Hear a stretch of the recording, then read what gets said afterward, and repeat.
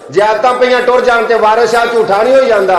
यकीन करो सियाणियां दी गल्लां एक एक गल सुच्चे मोती एक एक गल है ना उन्होंने वजन है उन्होंने कोई सबक है।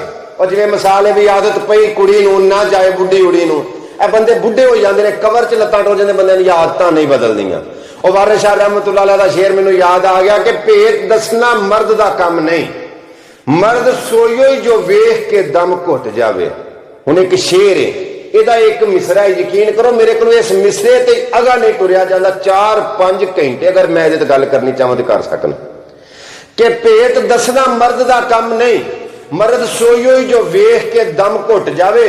गल जी दे विच ही रहे हुफिया कां वांग पंजाल ना सुट जावे। पता जी कां उड़दा उड़दा बिठ कर जाता है। कई बंदे ना वेखण दे विच बंदे हुंदे ने लेकिन अंदर उन्हां दे बड़े कूले हुंदे ने, वो राज रख ही नहीं सकते। भेद गल जी दे विच ही रहे खुफिया कां वांग पंजाल ना सुट जावे। ते भेद दसना किसे दा भी भला नहीं, भावें पुछ के लोक न खुट जावे। वारिस शाह ना भेत संदूक खुले भावें जिंद दा जंदरा टुट जावे। अज मठा जिहा किसी नूं लालच दिता जावे सारे दा सारा राज सजनां दा घर वालियां दा रिश्तेदारां दा वारिस शाह पे आंदा भावें जिंद दा जंदरा टुट जावे पर राज वाला भेत वाला संदूक क्यों खुले।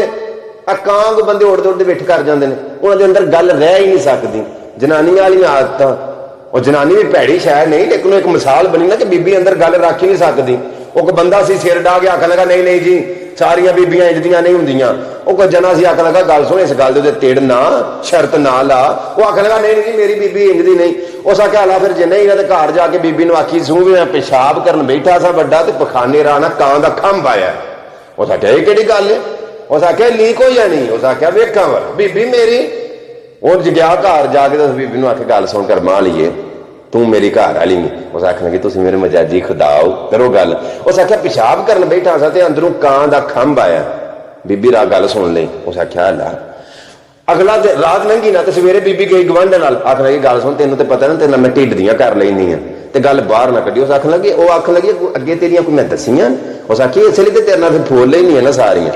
उस आखिया बैठा सी बंदा मेरा पेशाब करना ते खावा कां दा खंभ आया अंदर। उस बीबी भी सुन ली। वो गई अगली गल आख लगी है गल सुने फलानी दा ना बंदा बैठा सी पेशाब कर बीबी थी ना गल रही तो ना अंदरों वो अंदर ना खुलबली मर जाती रोटी हजम हो सकती है गल हजम नहीं हो सकती। गई आख लगी फलानी दा बंदा पेशाब कर बैठा सी ते अंदरों कां आया खंभ दा कां बन गया।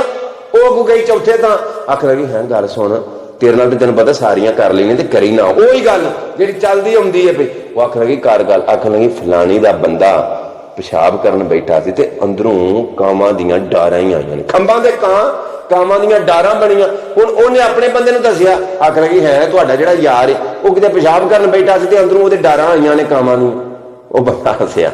वो अगले दिन किसी खोखे से किसी जगह सारे जने इकट्ठे हुए और आख्या सुना भाई अंदरों डारां सुनिया तेरे आउंदियां ने नहीं समझे गल नहीं यार।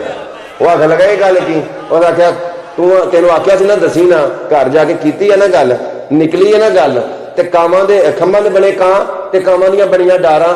वो कई बंदियां दी आदत हुंदी वो जनानियां वाला सिस्टम उन्हां दे अंदर हुंदा। मैं कई बार ये गल आना कि निक्का जिहा बाल यकीन करो निक्का निक्का बच्चा दाढ़ी मुछ आ गई या मुछा रख के और फेसबुक के पोस्टा पे जान गए शरीको वो फलाने वो ढींगड़े हो आ साढ़े हत्थां दा जम निक्का जिहा बाल ना वो फेसबुक के उत्ते उन्होंने ऐसियां वैसियां पोस्टां पईयां चाढ़नियां ते अगले दिन मैनूं मिल ही पिया। मैं वो जी पोस्ट कढ के मैं आ की चवा ने अज मैं बंदा किसी पूछ नहीं ना मेहमान वाले दां मैं उन्होंने कढ के पोस्ट में आ की चवल हाय घुमन साहब मर्द की निशानी है मर्द की मुछ होनी चाहिए बाल निका मेरे नाल भी। मैं क्या ला मैं क्या पुत्र बच के रही कल बिल्ली 2 मर्द खा गई। चुमिया दियां बड़िया बड़िया मुछा ने ना अब मर्द खा गई 1-2 उन्होंने बड़े बड़िया मुछा नहीं होना तो बड़े मर्द होए ना फिर कल बिल्ली 1-2 मर्द खा गई बच के रही।